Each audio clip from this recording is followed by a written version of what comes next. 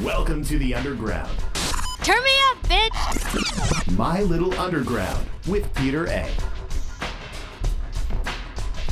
All right, I brought you back here, Connor, to kind of review the year again. So this is our midterms, once again, kind of going through all the great music over the past 6 months of 2020. Also, we could also talk about, society as a whole for 2020. How would you grade society for over the last 6 months?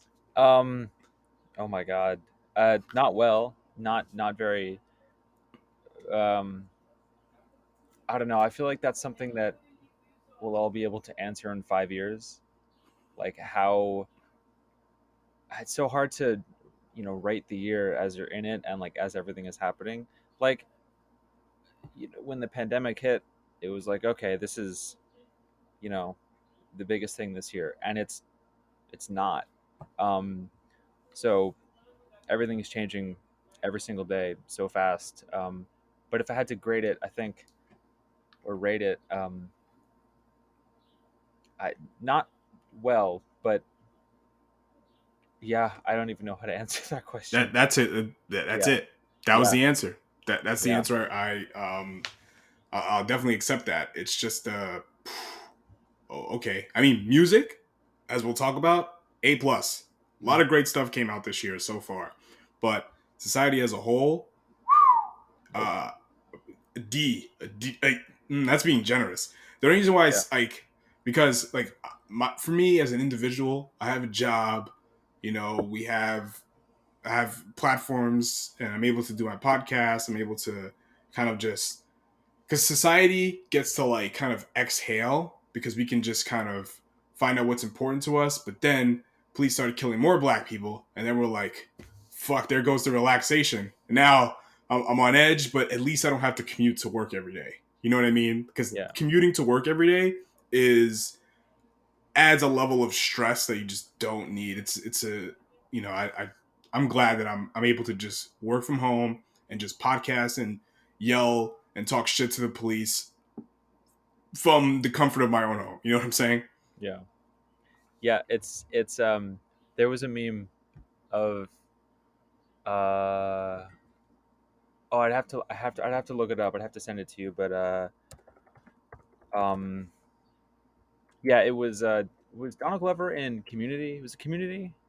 Yeah. Yep. Yeah, I think it was him in Community. The meme was like him in Community with coffee, and it was like people at the beginning of quarantine learning how to make, I don't know, banana bread or something like that. And then it was a screenshot from the This Is America music video where it's like people 12 weeks later ready to abolish the police, and it was such a good like side by side of how the year so far has been. I don't know, and I mean, like we were saying yesterday, um, it's only so much has happened this year. Like you mentioned Kobe, and that's this year. That had no idea. Feels like it's 10 years ago. Yeah, because one of the most beloved basketball players of the last 20 years. And you know what? I'm not a sports fan at all. Like, I know basketball, you know what I mean? But when Kobe died, it was just like that was bad. That was really just wow. Because like I just felt it on like a human level. And some people have said in the past, well, it's a celebrity. It's a celebrity. People die every day. Yes, people do die every day. But the reason why people are talking about it because he's a very well known and respected figure, like outside of basketball. And it's just a man and his daughter too, his young daughter. Like that felt horrible. And then coronavirus. And then more police killings of unarmed black people. And whew, man. And then the music. Music definitely came through this year. But I'm gonna let you go first. I'm gonna let you share some of your favorite albums of the year first. So we'll kind of trade back and forth. You go and then I go. Okay, cool. So it kind of took me a while to wrap my head around what music has come out this year because time is so hard to grasp at this point. But I got it down to six albums that I've been listening to that I guess came out this year. And the first one is Perfume Genius. Set my heart on fire immediately. And it was sort of my intro to Perfume Genius. Not entirely. I mean, I kind of listened to his stuff in the past, but I've never sat down and listened to an album from front to back.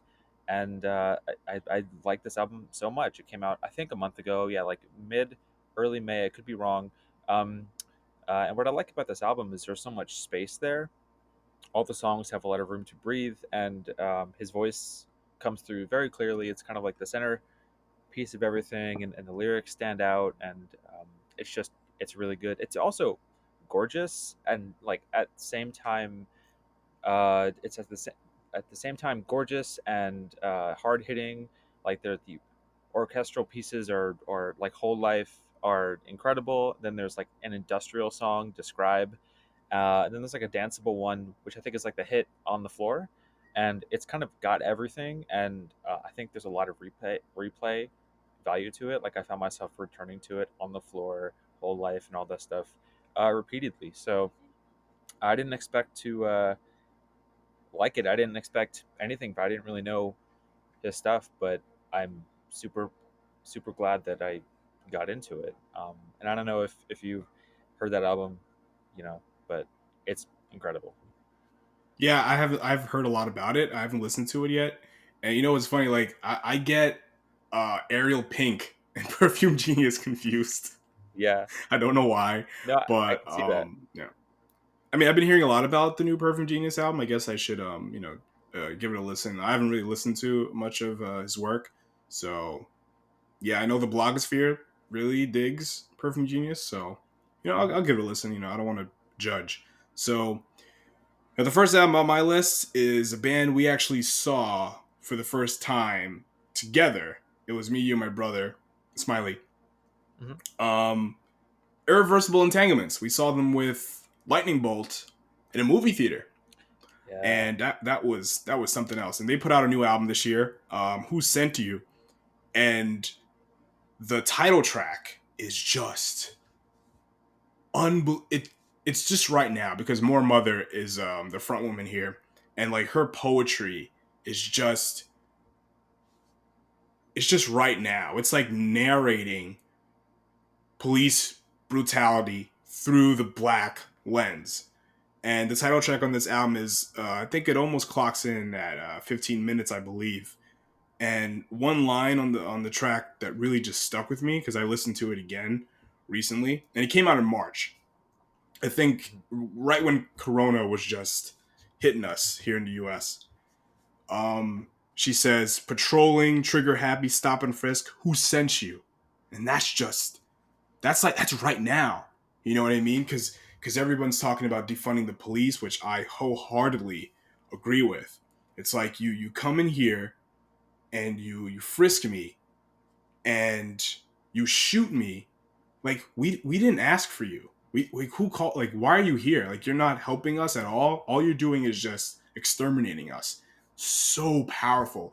She said so much in one phrase, and she also mentions in this track Akai Gurley, who was killed by police in 2014 in a stairwell in East New York, in Brooklyn, here in New York, and unbelievable. This Irreversible Entanglements album, it's like it's freeform jazz that's like controlled and it's well orchestrated, and then you have More Mother's powerful uh protest like poetry that's just fantastic. This is a must listen, and it's so relevant right now.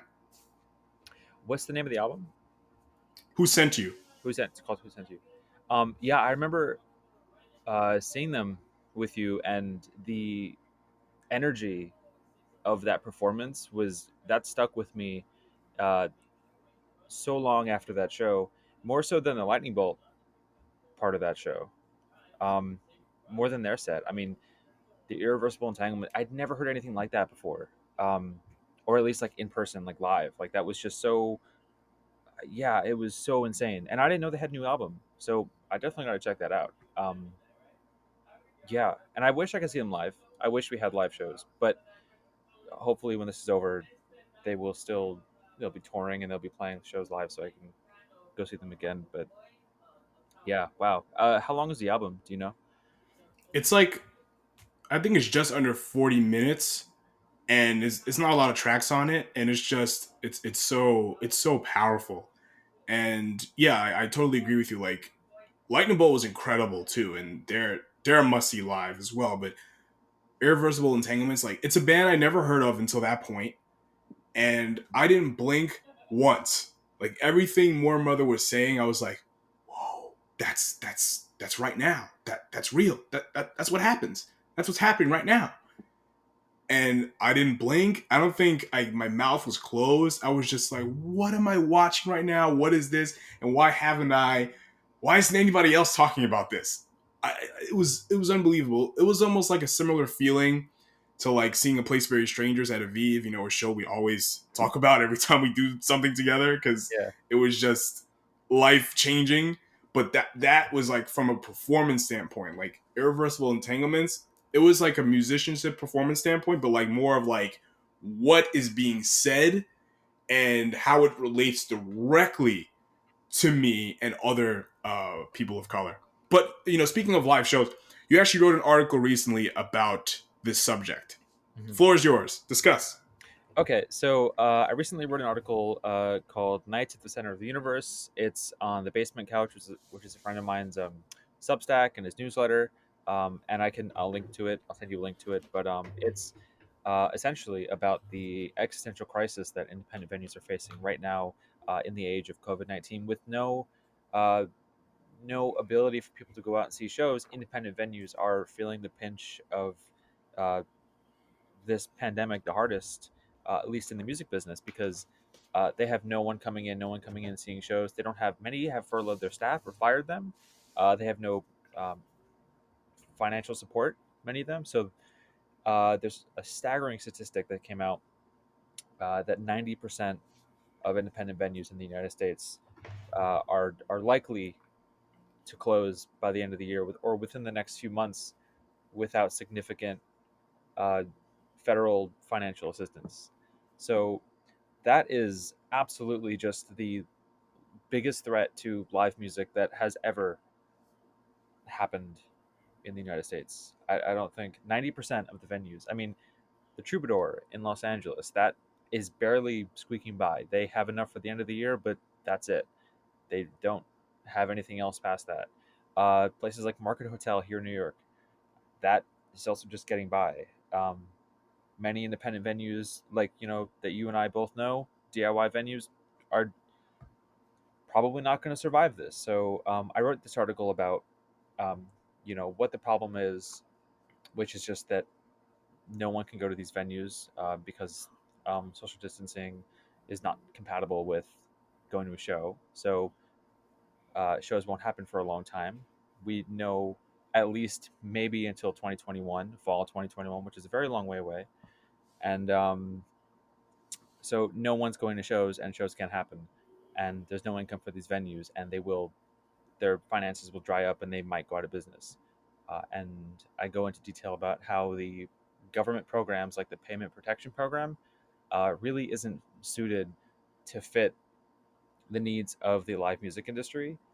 Um, just because they can't, whatever funds they can't use for paying rent. They have to use for paying employees. And if there's no employees, like many of them don't have because there's no reason to have any employees right now, um, then they can't use those funds. So they're stuck um, not being able to benefit from the government programs that are in place right now. So they're lobbying Washington to have their own care package or their own financial assistance. But if not for that, then there's nothing. I mean, then it's up to people GoFundmes and fundraisers and supporting venues. Um, and I don't have much faith in the government to support independent venues or to do really anything, but specifically this. And uh, it's such a bleak outlook right now. And I linked to two. I have two links at the bottom of the page. One to the National Independent Venue Association, who I interviewed the communications director for that association, and a link to the National Independent Venue Association, where you can donate, you can buy merch to support their cause, or you can donate to other independent venues around the country just individually, like Market Hotel if you're in New York, or Troubadour, or any other place in the country. You can donate to directly support those places. But um, yeah, it's just such a bleak outlook, and there's no right now. There's no light at the end of the tunnel. Um, I wish, when I was writing it, I was like, okay, well, what's the hope in this? Well, the hope is just that venues can be supported by hopefully the government because they have someone lobbying for this financial package. But if that doesn't happen, that's it. There's nothing else besides just grassroots fundraising. Uh, so I don't know. I mean, I don't know what's going to happen. I hope that there's a care package, and I hope that 90% won't close. But every single day, new places close. Great Scott last month announced they were closing. They're in Boston. There's a place in Texas that recently announced that they're closing. I don't know what's next. Many venues don't know if they're next, and they could be, and they probably are. So it's just such a it's like the biggest existential crisis, like I said, that the live music industry, uh, independent live music industry, has faced in its existence ever. I mean, like we were talking about yesterday, AEG, Live Nation, Bowery, they're going to be fine, but that's like whatever, they're fine. AEG, they're going to be fine, but DIY venues, independent venues, bars that hold live music will not be, or are in very clear danger of not being okay. So I don't know. It's hard to think about and hard to talk about because I don't think anyone really knows what to do right now. Like, I can't go out and volunteer my time to help Market Hotel or anything like that because that wouldn't do anything. It's really dependent on whatever financial assistance they might get from the government or fundraisers. So I don't know. What's the name of the article again? And I'll link it in the description of the Yeah, show. it's called Nights at the Center of the Universe.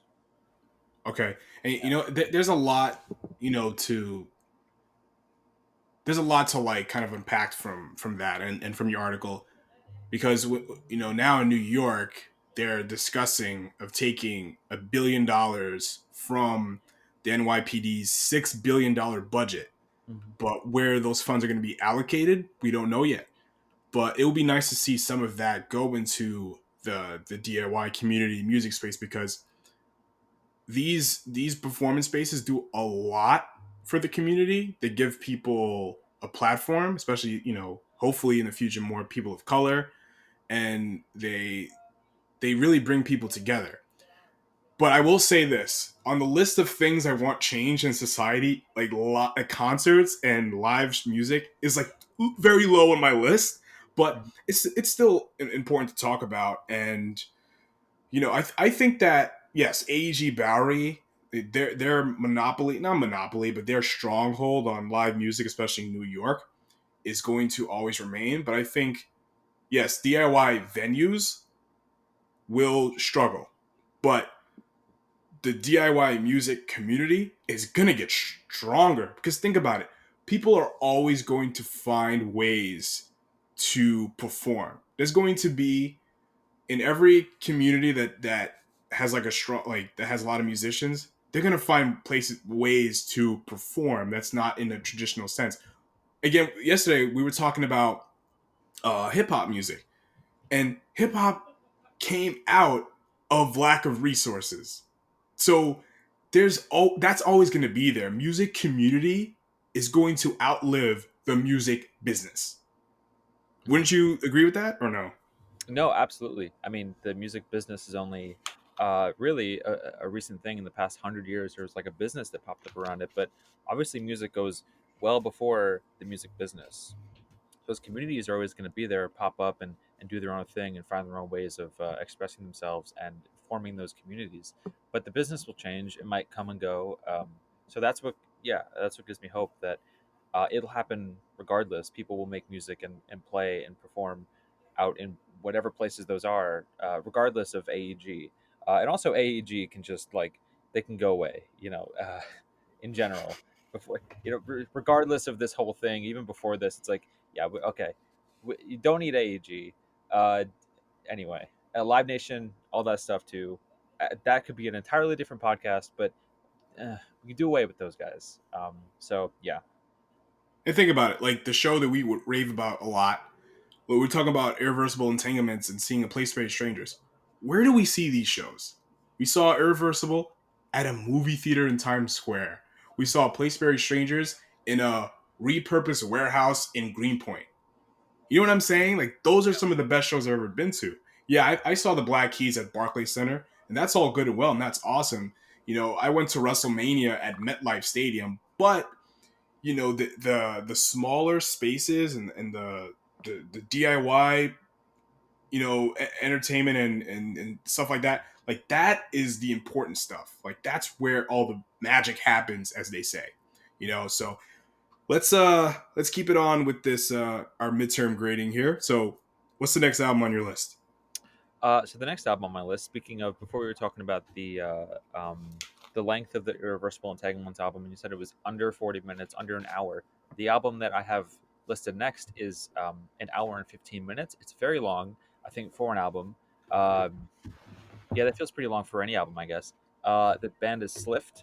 The album is Uman. I think they're from France. I couldn't find any information as to their location, and I was getting kind of Swift? frustrated. What's the Slift. name of the band? Yeah, like SLIFT. Oh, Slift. Okay.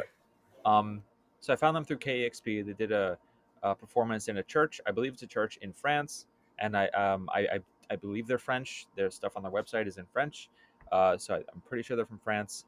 But they released Uman in February. They're kind of a mix between King Gizzard, instrumentally and I think more so lyrically, and Theoses with kind of the screeches and the energy and the yeah, just the energy, and then like Sleep, I guess, in the tone of all of their instruments, and just the like everything's kind of in that lower register, but it's not Sleep in the sense that it's like, drawn out. It's faster. It's such an interesting uh, dynamic between those three groups, but it's good. It's an hour and 15 minutes long. The songs are very long, and but it's fun. It's like kind of sitting on a dragon, uh, on like acid, and then just spending 7 years flying through the mountains or something like that. That's kind of what it feels like. Not to say I've done that before, but that's just what it feels like.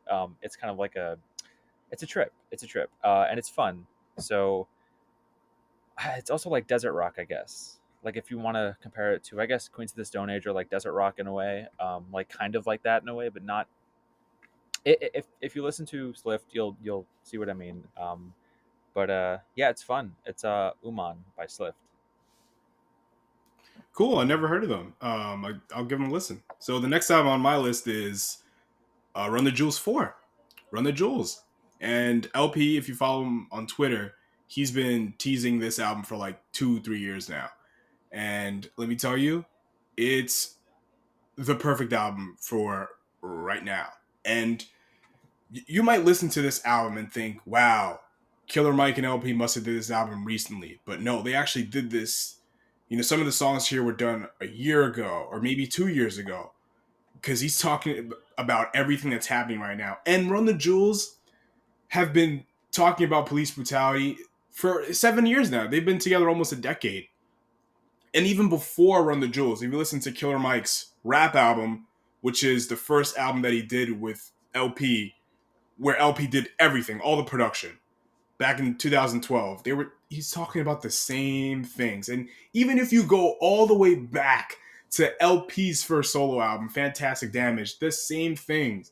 And there's Drones Over Brooklyn. He's always talking about this stuff, and it's really just right now. And if you listen to like Ooh La La, one of the early singles off the album, Killer Mike starts off his verse saying, "First of all, fuck the fucking law," and man, that's just how I feel right now. Like, if you listen to the Run the Jewels album, that's how a lot of black people feel right now. Like, the emotion and the anger and the frustration, it's all there. I highly recommend listening to Run the Jewels 4. And it almost gets me angry when some people that they say they're big hip hop fans, but like Run the Jewels just kind of goes over their radar. I'm like, they're one of the most important hip hop acts of the last decade or so. You know, they just hit you right there, right in the feels, right in the emotions, and I'd relate to them so much. And they put their music out for free. It's free. It's free music. I don't know. Yeah. What's next? Did you listen to RGJ 4? I did. I did. I have to listen to it again. I did it. I listened to it all the way through once or twice. And yeah, no, I agree. I mean, what's your favorite track on it? Like as of right now? Um, I've been running to what's that one? Calmafuck. Mm-hmm. I think that's the name of the track. There's a lot of funky track names on here. Um, Ulala is good. Ulala is really good. Yankee and the Brave. Yeah, Holy Calamafuck. That's the one I've been running to a lot. What else? There was another one on here. Something about the winter. Um, Let me see. What the fuck? Here we go. Pulling up Spotify. Walking in the Snow. Walking in the Snow. That's one of my favorite ones. That's really good. And Killer Mike talks about police brutality on this, and he mentions I Can't Breathe, but it's like when you listen to it, you might think, oh, he's talking about George Floyd. No, he's probably talking about Eric Gardner, who also said he couldn't breathe too 6 years ago. So yeah, Run the Jewels 4. It's right now, and it's some of the best hip hop music you're gonna hear all decade. And yeah, what's next on your list? I have a Long Island native. Uh, it's called Lead Blocks. Lead Blocks. The album is Lead. Came out in March. Think like Mulchat Doma meets John Mouse. And to describe Mulchat Doma, because I know I mentioned them yesterday, they're like dark wave, Russian dark wave, very cold, very dark, like just very pounding, kind of electronic. Uh, yeah, very difficult to describe, I guess, but very like Soviet wave, I guess is a way to say it. It's a Soviet Wave. Okay. Soviet wave, yeah. Um, so it's like that, and it's a solo project of Logan from Nazca Plate, who are a local Long Island band, and he's I think also just I asked someone about this last night. I think Lead Blocks are recording. They just finished a whole new album. So anyway, the album's really good. It's called Lead. Like I said, it's very cold. It's very nightmarish and like very sinister. It's just a dark album, and it just overall paints this atmosphere of gloom. Uh, and it came out in early March, like right as everything was like just happening. I think like a few days before everything shut down, I heard this album, and then it fit really well with the time, and it's really good. It's very short, but it's memorable for sure. The next album on my list is Rat Boys, Printer's Devil. And this is their third album, and arguably, it's probably their best album so far. Strong songwriting, memorable hooks and riffs, for real. You listen to this album once, it's gonna be in your head for a while now. It's in my head as we speak. The riff for Ange specifically. Um, this album is definitely equipped to succeed live because they've booked. They were going to tour extensively for this album. They were even going to open for Wilco, Chicago Legends, and you can hear that story on level 53 of My Little Underground when I talked to Julia Steiner of Rat Boys. And the one thing I really liked about this album, it starts off great and it finishes off great. The opening track is just explodes with Alien with a sleep mask on. I think it's sleep mask or sheet mask. I have to double check that.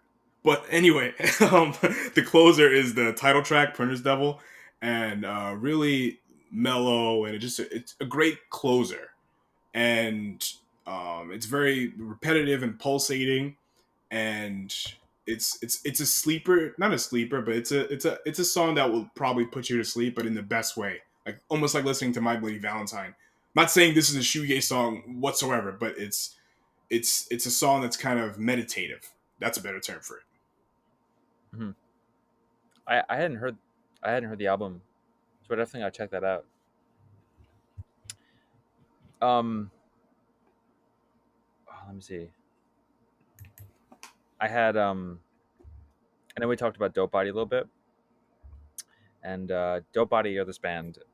They're from Baltimore. They broke up in 2016. They got back together, surprise, in I think mid-April or late April, and they put out an album called Homebody. They recorded it all from home in quarantine from different parts of the country, which explains why it sounds so lo-fi.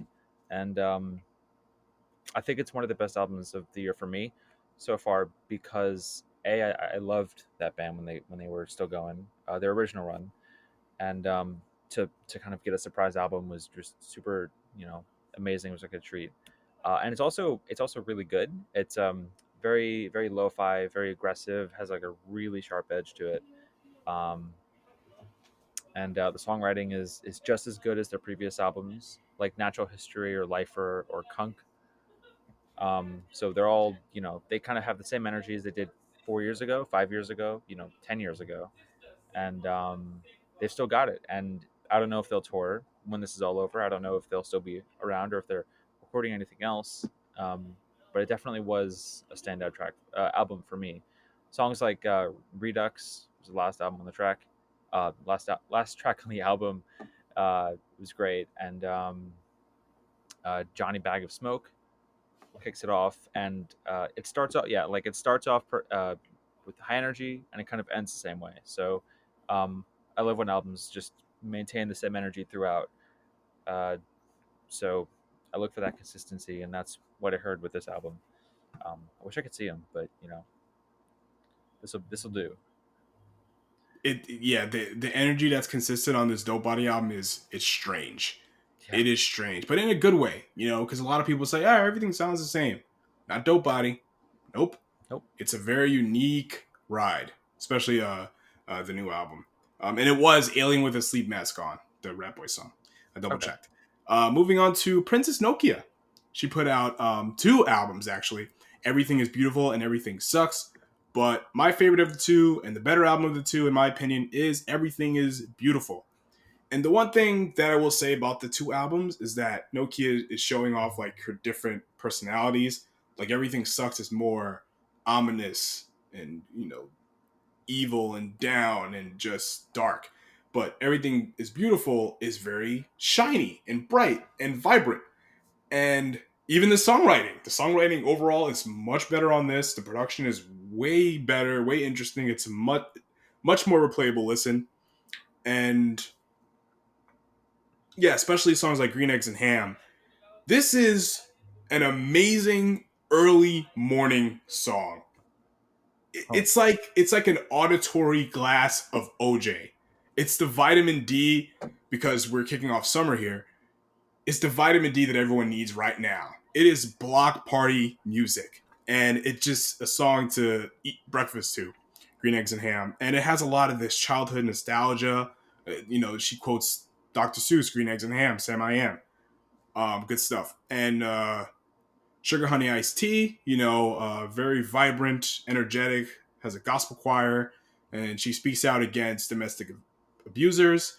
She even says that one of her friends was getting abused by someone, and she punched him in his shit, as Miss Nokia referenced. Again, great production. Love the gospel choir touch. And I really liked Soul Food E Adobo. Again, it just continues this childhood nostalgia theme. And she talks about growing up in the Bronx, pool days on a hot July day, block parties, arroz con pollo. It's just the aesthetic, that the picture that she paints. Like, I see it. I see what she's talking about. And, in mid-June, they usually have the Puerto Rican Day Parade in Manhattan, and there's actually a festival on 116th Street in Harlem that they have the day before that I used to go to. And I just get that aesthetic from listening to this song, So Food Y Adobo. Yeah, so if you're going to listen to one of those 2 Princess Nokia albums, Everything is Beautiful is the one. What else you got? I actually heard Everything is Beautiful like a week ago, and I forgot to include it, but yeah, like I heard Green Eggs and Ham, and I was like, this is great. And I didn't know she put anything out. I didn't even know about Everything Sucks, so I totally have to go back and like now listen to that. But yeah, she's great. I the last two albums I have, uh, I included the Fiona Apple album, Fetch the Bolt Cutters. It was my just like Perfume Genius, my intro to Fiona Apple. And I know she's been around for so long, so I have no excuse, for that to be my intro. But uh, I liked it. It was kind of like something I hadn't heard before. Very minimal, I guess. Uh, very minimal, but very also aggressive as well. My favorite song is Relay. Relay is such a good track, and it was just so interesting, and just like the texture of every song, and the lyrics are just so sharp. And I after I heard this album, I went back and I listened to I think it was her 1996 album with Criminal on it. I don't know if it's called Criminal, but It's called Title, the album. Title. Oh right, yeah, Title. And I was like, wow, I slept on this for too long. So yeah, I thought. Did you listen to the Fiona Apple album? You? Absolutely. It was the album that was on my list too. Oh, And cool. it is like when I heard it the first time, I'm thinking this is probably the best or one of the best albums of the year. And I'm a late Fiona Apple fan too. Like my first introduction to her was her last album 8 years ago, Idler Wheel. That is a remarkable album as well. One of the best albums of the last decade. And this album was just again remarkable. And Jay-Z included it on his list too. And I saw like Shamika is was a song people were talking about on Twitter, and it is when I was listening to it the first time, it's a song that kind of jumped out at me. Yeah, Ladies too. That's another great one. And Shamika is interesting because she kind of talks about her middle school self, overcoming bullying. And when Fiona was writing the song, she wasn't even sure that like Shamika really existed, but a teacher that she had was keeping in touch with emailed her a picture of Shamika. The teacher told her, "I heard you mention Shamika, and here was a picture of her." And then Fiona like couldn't believe like this person's a bully. Like look at the smile on her face. Yeah, but that's man, Fiona is just remarkable. And I'm not even mad that she takes almost a decade to put out music because when she does put out music, it's usually a home run. Yeah. Yeah, I definitely was kicking myself after hearing this album. Like I slept on her music for so long, I just wasn't paying attention, and I was like, wow, I missed so much. But yeah, like you're saying, she takes so long to put out, every album. You know, um, I have time now to sort of absorb all of her stuff before the next thing, whenever that is. I don't know, but yeah, I thought it was great. I agree. It's like I think one of the best albums of the year, for sure, uh, hands down. I did have for my next album, I had Caroline Rose, but just in thinking about it and thinking about because I was tying it to like Dua Lipa, and I was tying it to like, oh, it kind of reminds me of that. But I was like, wait, I love Future Nostalgia. Like that was a great album, and also my intro to Dua Lipa. A lot of stuff this year has like been my intro to a lot of artists, but like Future Nostalgia, I thought was tight. I thought it was like the songwriting was incredibly strong. It was so much fun. Have you listened to Future Nostalgia? Dua Lipa? No. And I've always liked Dua Lipa because, I used to work in commercial radio, and when New Rules was out, I was a big fan of that. Whenever that song came up in rotation, I was always excited. And every time I would have to talk into it, I was like, had an extra level of enthusiasm. I'm like, yes, it's a pop tune I love. Um, yeah, I haven't listened to it yet. I have to check it out. There's a lot of great like pop albums, like Empress of, Rina Sawayama. Pop is not a dirty word. There's some pop like Dua Lipa is like a superstar or budding superstar, but then you have like Empress of and Rina Sawayama who have huge followings, but they aren't like Dua Lipa or Ariana Grande. Yeah, yeah. I definitely, like you said, like pop isn't a dirty word, and I feel like for way too long, like as I was growing up, I just associated it, like I thought it was, like it was like, oh, it's pop, I don't want to listen to it, which was like, I guess, a function of being 15, I guess, and like listening to whatever I was listening to at the time. But oh my god, there's so much good like pop music out there. Like really, really, really good. And like Future Nostalgia is a great example of that. It's so so good. Um, just like Caroline Rose album, Superstar. It's tight. Um, it's super super catchy. It hits the same nerve that kind of like Dua Lipa's Future Nostalgia hit. Songwriting super solid as well, and the instrumentation slaps like, just as much. So it's been like a really good year, I think, for music. There's been so much, and there's a lot coming out too. Um, like this month, next month. I don't know too much about the fall, but there's just so much coming out soon that I'm incredibly excited about. Are you looking forward to anything in the near future? Yeah. Off the top of my head, well, actually a few things I've written down. Because every year I always like whenever there's like a number of albums that come out, I always kind of like write them down so I can keep track because the music world is so congested. There's so much shit going on. So there's a group from Chicago, I think, Ohm. They have a new album coming out, Fantasize Your Ghost. Mike, underground hip hop rapper, artist, whatever rappers want to call themselves these days, dancer, performer, Great. educator for some. Yeah. So Mike has a new album coming out, Weight of the World. Very, very excited for that. Um, yeah, there's some more stuff, but I just can't. As soon as we get off here, I'm gonna be like, oh, that album, that album's coming out. But yeah, those are the Yeah. two that, yeah. There's a Mike song that came out that I have on one of my playlists. Let me see. Just look for it. Uh, when did this come out? This came out in it's nothing to say. Uh, I don't know if this is the single, but I don't know when the album's coming out. But I've been following him for so long, and he's incredible.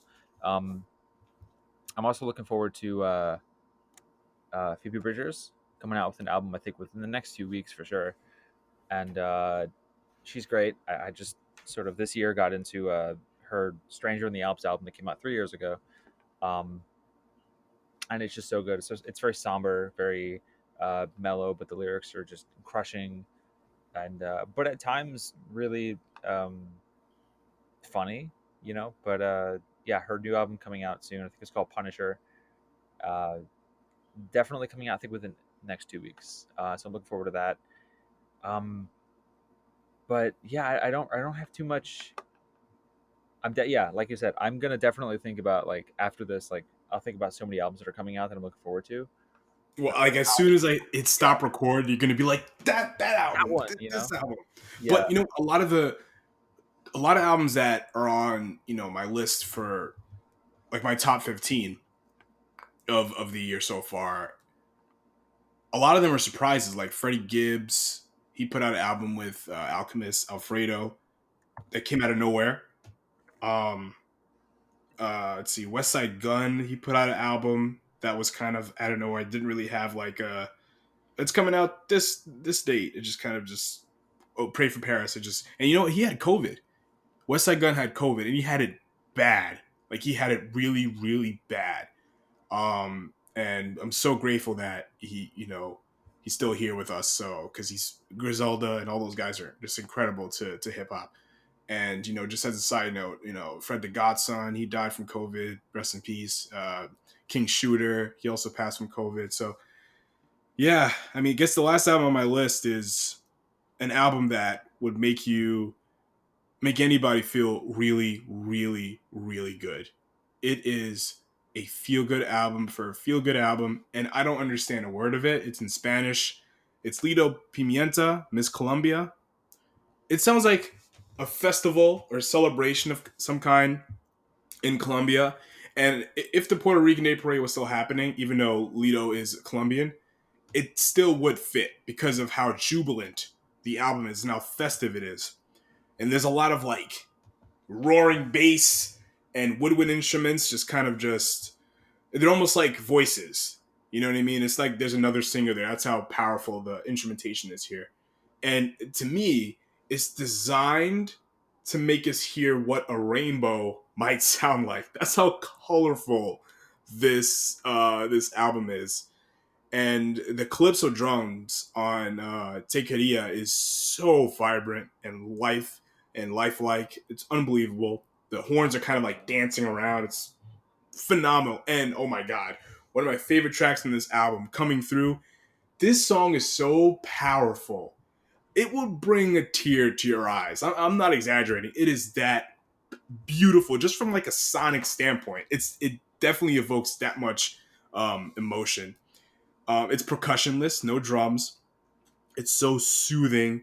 There's these swelling background vocals, and there's this pulsating, like varying in pitch flute that kind of floats around, and it surrounds the track like kind of a warm blanket. Oh man, Connor, let me tell you, this song is unbelievably beautiful. It really is.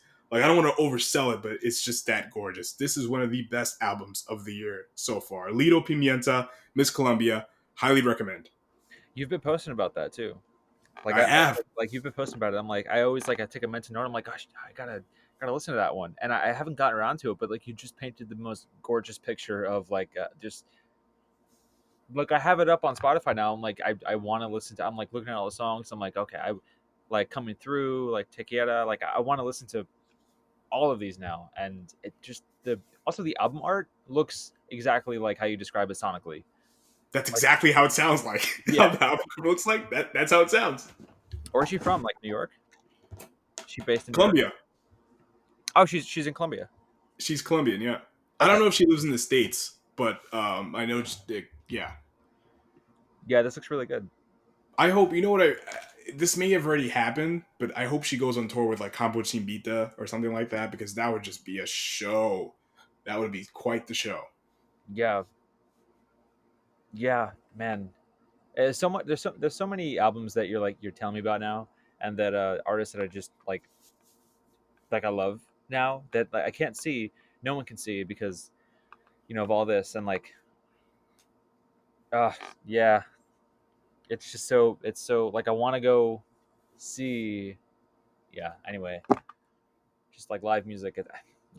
Anyway, we were talking about like last night. We were talking about some of the last shows that we saw before all of this happened, which we obviously didn't know were going to be the last shows we saw. And you had some pretty killer shows that you saw, like the last ones. Like they were pretty Yeah, cool. I saw the Black Keys at the Barclays Center, which was remarkable. They are great performers. Who else did I see? I saw Alice Longyu Gao at the Elsewhere Zone 1. Was it Zone 1? Yes, it was Zone 1. Really, really good show. Like, she has the crowd in her hands. Oh my god. Like, it was just, she's going to be a fucking superstar. And she's friends with the 100 Gex, so they're going to make magic. They're just going to make magic. It's, oh man, unbelievable. Who else did I see? I saw Rhapsody at the Elsewhere Hall. Wow. Wow. She brought out Black Thought. Oh man.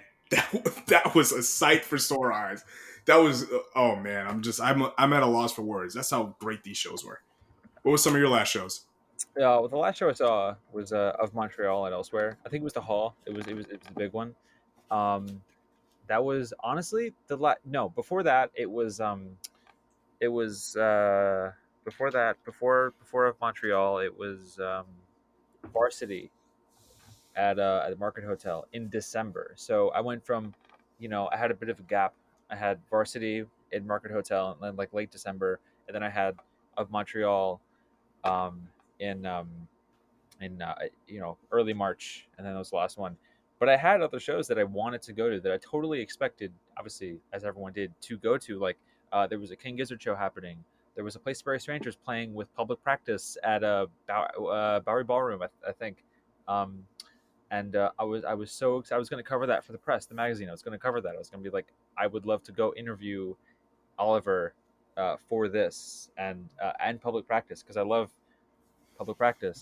That's also an album that I totally forgot about. That's really good. I don't know if you listened to that yet, but I haven't listened to it yet because there were so many things I was listening to, but I'll give it a listen.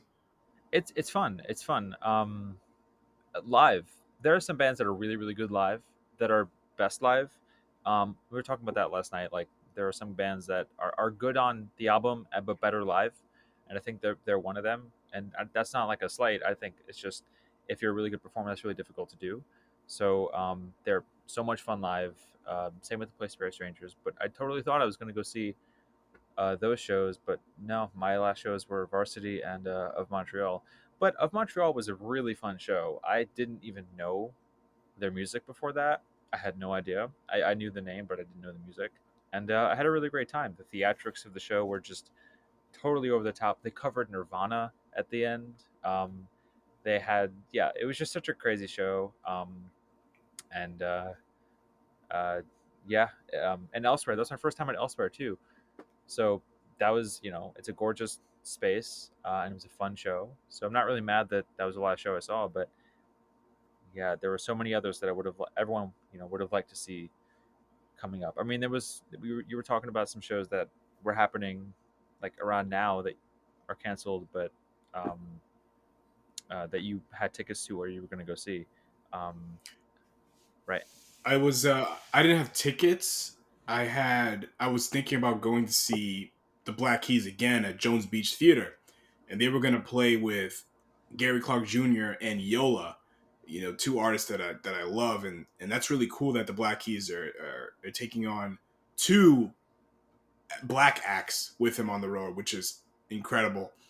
And because the Black Keys are massive, they're superstars, and their music is very influenced by the work of African Americans like Junior Kimbrough, like R.L. Burnside, and they've paid homage to them. I don't think they're culture appropriators because they pay homage. They know where their music comes from, and they always talk up Otis Redding, and they love black artists, and they make sure that people know that their music comes from black people, which I love.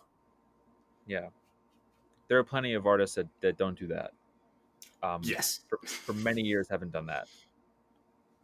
You know, like many, I'm doing air quotes, like classic rock bands completely stole from black artists. Led Zeppelin, big one. So it's great that they're telling people where the music originally comes from. So yeah, Yeah, I mean that's how I discovered artists like Junior Kimbrough.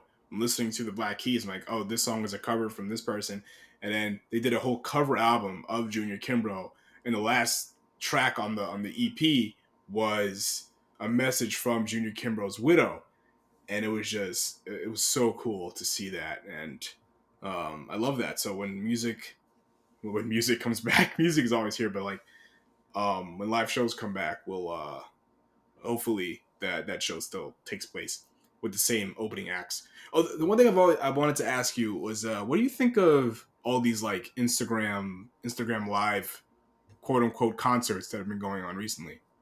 I don't know. I mean, I think I think they're good for what they are, which is just something to do and something to get their music out there. Anyone can go to these things. You just kind of go on Instagram and tune in. Um, I think they're good. Yeah, but it's a really strange. I don't know. It's a good question. Yeah, I think they're solid. They can be fun, but and they're intimate too, which is great. I tuned into a Wise Blood set, I think pretty recently, within the past month or two. I think it was just her playing guitar, which is great. Um, but yeah, I think I've seen a definite sort of slowdown in artists doing that. I don't know why. I think it's because the audio quality is terrible Yeah, well, for that's true. Instagram Live. Yeah, I don't know. Do you think that like those live stream shows in general are going to pick up steam and just become more of a thing in a different way, like with better audio? But do you think that like that'll hold us over until we can go back? Uh, for me, like I've only watched like a few Instagram Live things. Like, as far as artists performing, and let me tell you, like shout out to Small Data. She did a solo set on Instagram Live, and the songs that she did some new stuff that she's working on that I think are great. But I just hate listening to it over Instagram Live feed. It just sounds awful. And The one thing I do love, a lot of DJs are doing a lot more twitching. That sounds awful. They're doing Twitch shows. That sounds so terrible. They're twitching. No, they're using Twitch. They're using Twitch a lot, and the sound quality on a lot of these DJ sets on Twitch are incredible. Like these guys, they're taking time to make sure this shit sounds good. I've been liking that, and some of the like producer battles, like the best one that I saw was DJ Premier and RZA. That was incredible, very good stuff. Sound quality, very good. But I don't really need to see artists do Instagram lives. I want to see artists put out music. That's what I want. I want music. Obviously, some people they can't go to the studio, obviously, but there is a lot of artists that have been putting out stuff that maybe they've been sitting on, or they have home setups and they do stuff at home. That's what I like. I like seeing that kind of stuff. Like I can honestly wait. Like throughout this whole show, it sounds like you're clamoring for live music again, which is great. I love concerts too, but I want music more than I want, because I go to shows, but I listen to music more, if that makes sense. I listen to a whole lot more music than I do go to shows, because one, shows cost money. Music costs money too, but in different ways. $10 every month I can get any album I want. But don't get it fucked up. I still pay for music for artists that I support. But yeah, I mean, live feeds are just the sound quality is shit. Like, I'd rather just hear your music than to hear you perform over a very low quality live stream, if that makes sense. Yeah, no, I agree, and I think when it first started happening, when artists started doing live sets on Instagram Live, I was like, all right, let me check out some of these, and then I would watch a few, and then I realized, and I think this is kind of like all my thoughts gathered together. I think I wasn't so about it because, like you said, I could just listen to the album. Like, I love the artist, but I'm not. I don't need to watch the Instagram Live with worse audio quality when I can just listen to the album. And it's not a show. It's not even close to a live show. It's a live stream. I'm not there. It's a weird middle ground, but it doesn't really, I don't know. It's a middle ground between a show and listening to the music, but it's not as good as either, and I guess obviously that's true, but yeah, like if I wanted to listen to Wise Blood, I don't think I'm going to go watch a live stream performance. I'm going to go listen to the album, or I can watch some live performances that she's done on KEXP. But listening to her on live stream, I don't know. I'm not super about it. But like you said, DJs are really doing it like they're twitching, which is just really really funny. But like there was a DJ on Instagram Live, D Nice, totally blew up. Just doing DJ sets. Club Quarantine, I think, was his thing. I think he's still doing it, but he had millions of people watching live, doing his thing from his apartment, and it was so good. And I'm following his like playlist on Spotify, just killer playlist too. So I don't know, that worked, I guess. But like, I don't know, an artist playing live with like instrument, I don't know. It's a weird middle ground, and I don't know still really how I feel about it. I would like to see a show, but I don't know. It's all super confusing. The one thing I will say, like Rap Boys, they've been taking over the Twitch space as well, but they kind of created like a variety show of sorts. Like, they have a green screen, and they interview artists and stuff like that, and they perform live. They do a couple of songs here and there, and it's really creative, and the sound quality is incredible, and it's just a unique way of interacting with fans, and a lot of people watch the Twitch. So I think of artists, I mean, I will say this, like, a lot of artists, they some of them are doing live streams just to have content, but some are doing live streams for charity, which I've been seeing more of, which is nice. But I just don't want to hear send me a link and I'll donate to whatever you're doing. I will, but I'm not going to watch you perform. I can't do it. It's just, I can't. But yeah, if artists can find different ways to be creative outside, if they can't put out music, just find different. If you really want to be in front of your fans, you'll be able to find creative ways to engage with them, like Rap Boys have done. which is a super great way to do it. Haven't seen that, but that's absolutely something I watch. I mean, um, yeah, maybe the key is just like engaging with fans differently. You know, like you said, doing a live stream for charity. Like, that's one way. I've seen artists make playlists and say, "Hey, let's do a collaborative playlist." Like, I'll make a playlist. Here you go. Y'all add to it, whatever. Um, or I've seen artists like do podcasts and radio shows. Like, hey, I have the time now. I'm going to do this. I'm going to do it like my own radio show.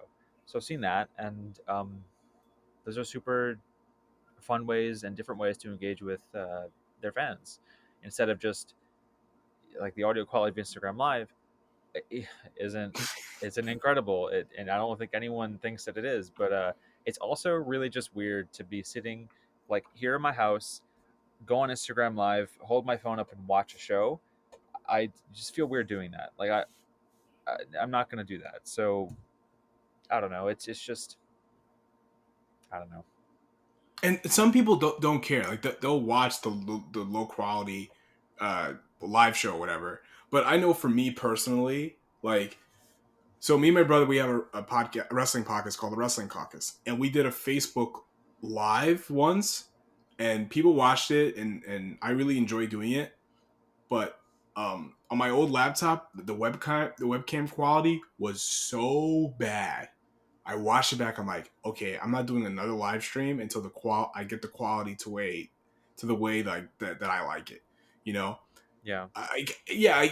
I could have done like I could record a podcast using like my old laptop had like a recorder, an internal microphone. I could just record using that, but I don't really like the quality, and I don't want people to listen to shit quality shit shit quality content.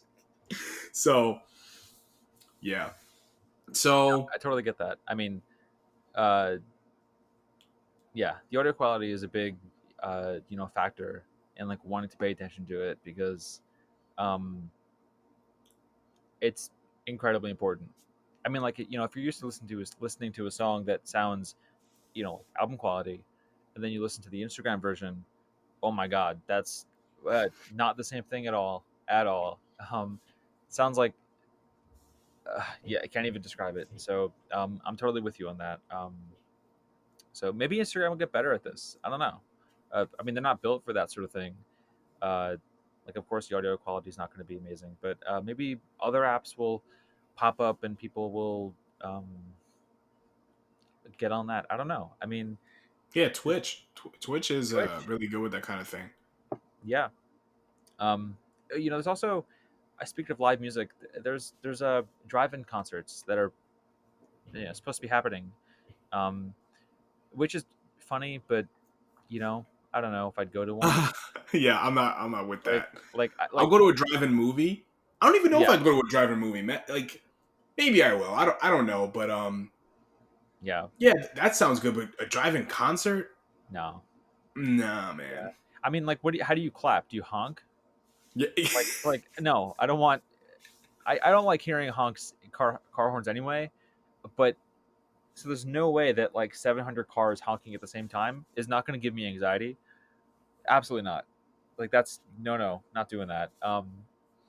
Also, I think someone was joking, like, when you get drive-in concerts, do you get like destruction derby mosh pits? Like, what does that look like? Can you imagine?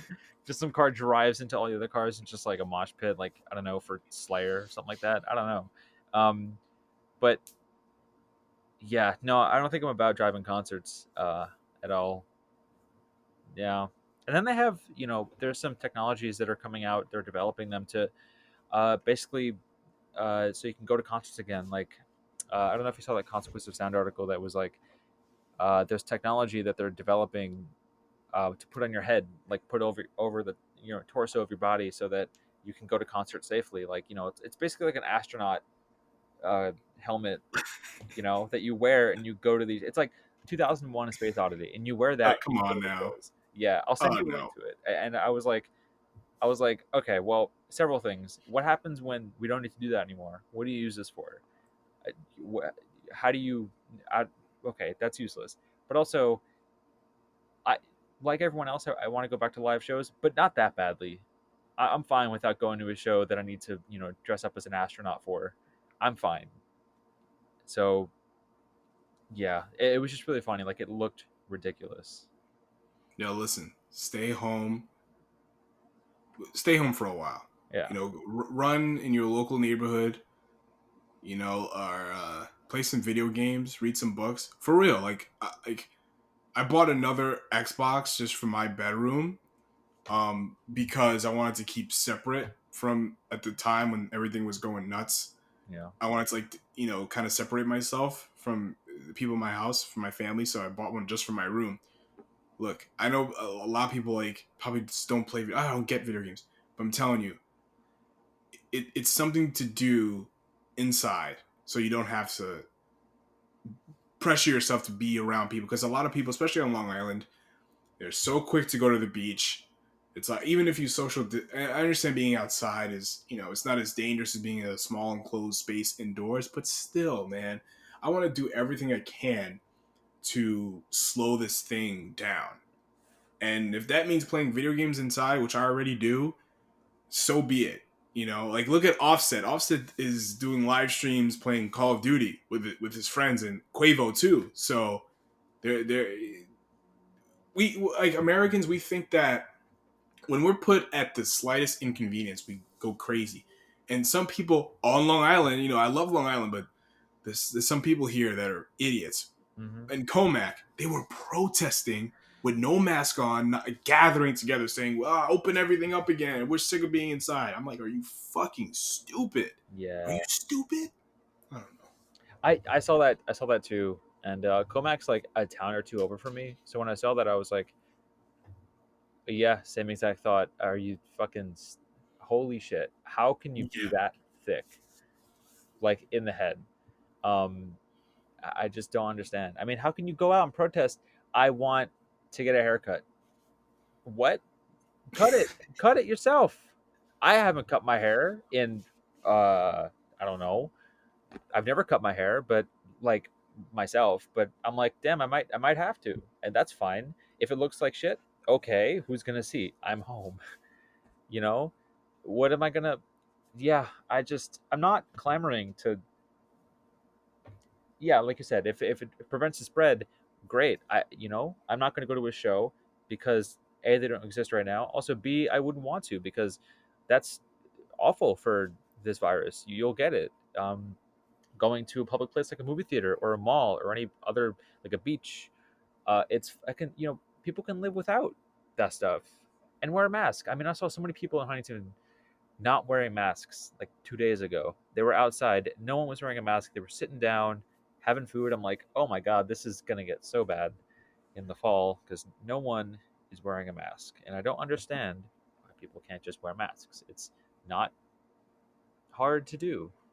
Not hard to do. And like we were talking about this, but like, and I didn't say it last night, but like I had to tell my parents, like, guys, don't go outside. Wear a mask. Like, no, you can't go to the store without a mask. Or right now, at all, don't go. Like, I'll go. It's fine. But I was like, guys, stay inside. My parents and my friends' parents didn't get it. They were just going outside doing their thing. I'm like, no, stay inside, please. How do you not see that this is bad? Just stay inside, guys. You got Netflix. You've got you could just stay inside. It just gives me an aneurysm to think about. yeah. I Like, almost lost my shit during. I had to do the same thing because it's like you, it's unbelievable. Again, like I was saying before, like Americans, we don't like being inconvenienced in the slightest. We're so spoiled. yeah, If we're told to stay indoors, no, you can't tell me what to do. You're gonna take away my guns. I'm like, what? Just just stay inside for a little bit. You know, like I don't know. are they gonna shoot the virus with a gun? Yeah, Okay, do it. yeah, try it. Uh, All right. yeah, This has been the Midterm Report 2020. My Little Underground. I'm Peter A. Thanks again, Conor, for joining me once again. And his article is in the description. Go check that out and subscribe to My Little Underground anywhere you get podcasts. Apple Podcasts, Google Podcasts, Spotify, Stitcher. I don't care where you get them as long as you get them. Follow me on Twitter and Instagram at itspeter_a. Follow the show as well at MLU Pod, Facebook, Twitter, Instagram. Connor, where can people follow you and read your stuff? People can find me on Instagram at RooneyTunes, ROONEYTNS. Same thing on Twitter. And pretty soon I will have my own website up, and that's going to be, which I've been saying for how long, but it is going to go up, and all my articles are going to be up on there. So maybe ConorRooney.com. Check that in a few weeks. Try that. Check ConorRooney.haha. That's a domain I can buy. Check in. I'll give you a report in a month. Be like, all right, this is my domain. Connor.haha. So yeah, maybe if you just go to that website, maybe it'll be there. Maybe something will be there. Try it. I mean, I can't get Rooney.com. That's a landscaping company. So I tried that. It didn't work, but I'll figure it out. Otherwise, Instagram, Twitter, good way to find me. And I'll link to the article is on my friend's Substack, so you can go there. Or Stony Brook Press. A lot of my stuff is on there, even though I'm not at school anymore. But yeah. I'm in. This is all. It's a transition period, and check back in a month to see what my domain name is. We'll see. It's like saying you should come hang out at my house when I buy one. So when I buy a new house, come over. Yeah. Come to my house at insert address here. I'll fill that in when I have one, but just check back. Just kind of drive around the block until you see my house. That will eventually be there. Yeah, you'll see me. I'll find you. It'll be fine. It'll be good. Yeah, that's exactly what I'm saying here, basically. But I will have a website. That's it.